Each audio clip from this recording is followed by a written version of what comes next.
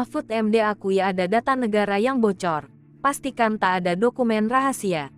Menteri Koordinator Bidang Politik, Hukum dan Keamanan, Mahfud MD mengakui adanya kebocoran data negara yang terjadi belakangan ini.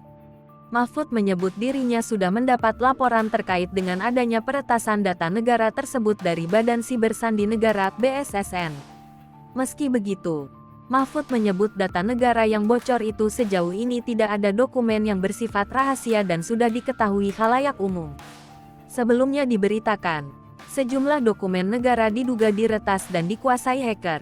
Bahkan, dokumen Presiden Jokowi diduga juga diretas.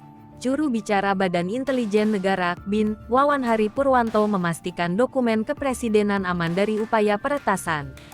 Wawan menegaskan, BIN terus berupaya melindungi data rahasia Presiden Jokowi secara maksimal dari serangan peretas alias hacker. Wawan mengatakan, BIN telah melakukan penguatan pengamanan data kepresidenan dengan pembaruan sistem enkripsi. Lebih jauh, Menko Polhukam Mahfud MD mengungkapkan belum ada situasi yang berbahaya terkait adanya kebocoran data itu. Saat ini, pemerintah masih melakukan pendalaman terkait itu.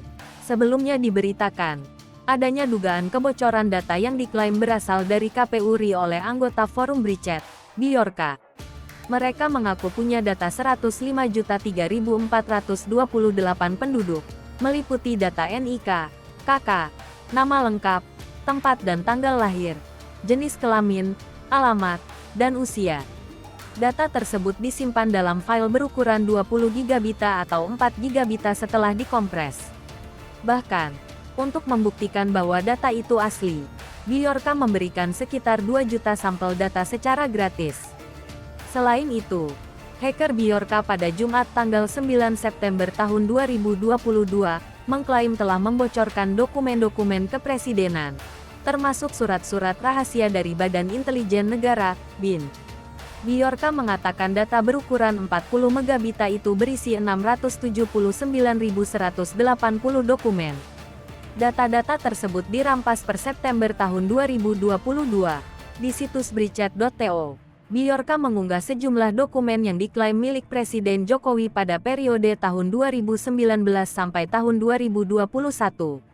Biorka menyebut data yang baru saja ia unggah akan berguna untuk jurnalis dan organisasi masyarakat yang ingin mengetahui dengan siapa Presiden.